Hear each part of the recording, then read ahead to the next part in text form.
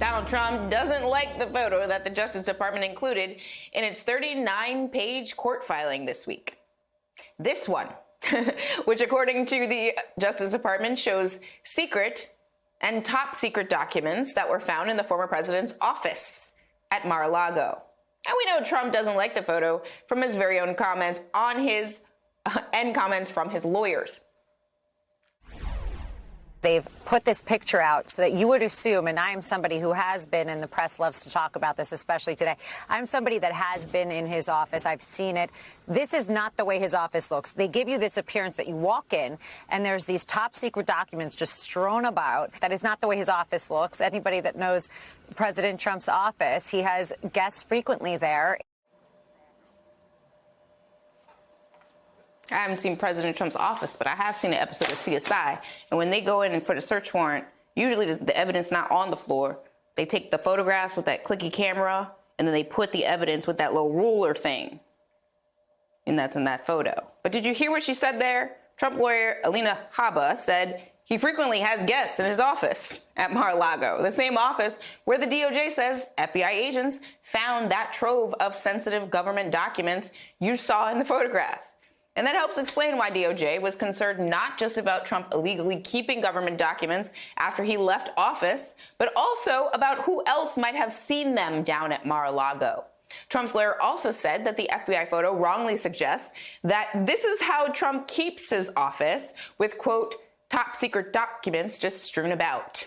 Like, yeah, nah, no, nope.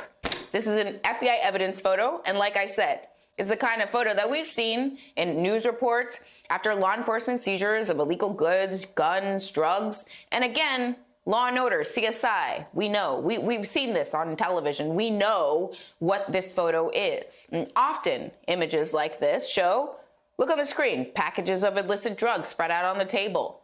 This is one from Los Angeles. This time, though, it's classified government documents found at the home and private resort beach club of a former president. Wow. Joining us now, Dave Ehrenberg, state attorney for Palm Beach, Florida. So a federal judge is holding a hearing today on Trump's request for an independent third party to review these documents that were seized by the FBI, some of which are in that photo. And on Wednesday night, the Trump team renewed its push for a special master with a filing that claimed he just possessed, quote, his own presidential records. Like, these are my documents. Why do you want them back? What is your takeaway from the Trump team's latest legal filing? Well, hello, Zerlina. I think his lawyers continue to make concessions that pretty much point to Trump committing crimes. I mean, look at the lawyer you had on a minute ago there saying, yeah, there are lots of guests who come in to the office. That's a crime. You can't show classified material to people without the proper clearances. And something tells me that the members and guests of Mar-a-Lago probably don't have the right types of credentials to view SCI documents, code documents. And today is a big hearing, and they got the judge that they wanted. They went to Fort Pierce, 68 miles away from here in West Palm Beach, 2 counties to the north, to find a judge that they appointed.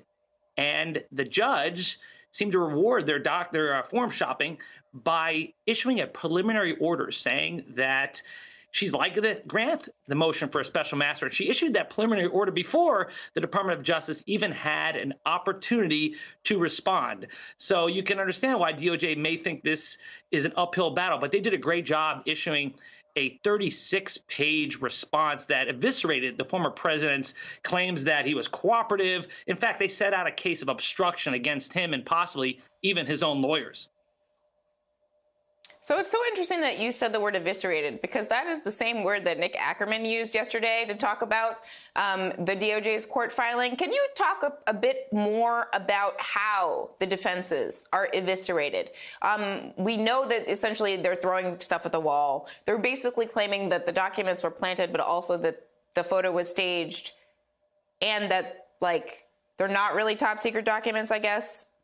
But they were also, I don't know, it's very confusing. I can't follow. But help us understand how those defenses are eviscerated by the points made in the department's filing.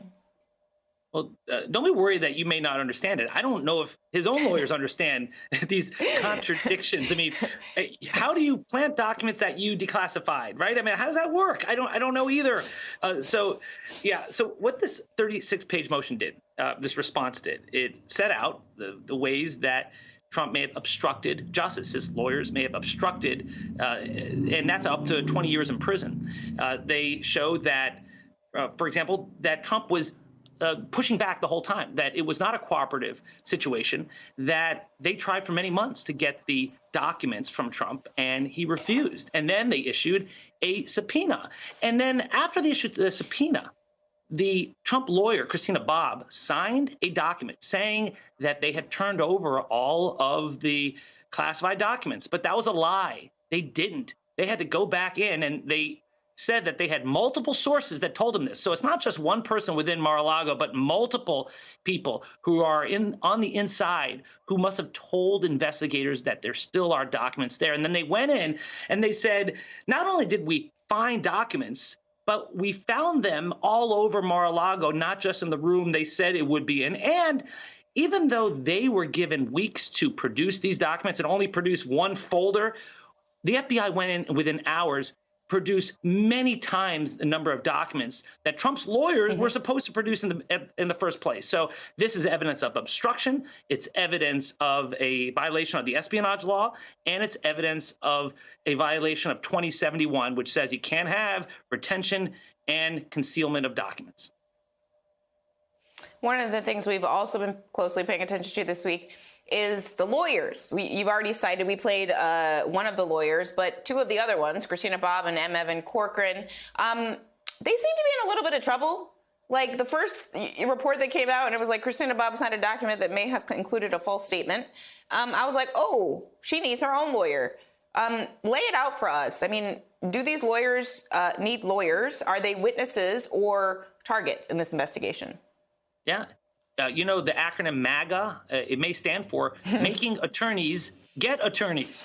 And they really should, because at the very least, Christina Bobb and Evan Corcoran are witnesses now to the case. In fact, that lawyer that you had on a clip of just a minute ago, she's now a witness. She was there in the office viewing all this stuff. So at the very least, they should get their own lawyers, but they could also be charged with a crime if they're part of the obstruction. And how would they be part of the obstruction? Well, Evan Corcoran drafted the letter that Christina Bobb signed that said that we returned all the documents. Now, by the way, if you're Christina Bobb, lesson to you, don't be signing letters that someone else drafted and refuses to sign on his own. You know, he drafted it. He said, you sign it. And she did. Now she's in some hot water. So not only that, but they also refused to allow investigators, when they visited Mar-a-Lago, to look in the boxes for the classified documents. They were in the storage room about to look in the box, and they said, no, don't look in there. So all this is evidence of a potential crime. And the only defense of the lawyers would be, look, we based what we knew on what Donald Trump told us. So they're both going to point the fingers at each other, and I think someone's going to go down for this. Drama. But I'm telling you, I mean, Donald Trump's, if you look at the history of his lawyers, they don't really have a good track record of not needing their own lawyers. I mean, even his White House counsel lawyers, the two Patricks, they needed lawyers. The White House counsel and the deputy White House counsel also needed lawyers. This is wild. Dave Ehrenberg, thank you so much for being here.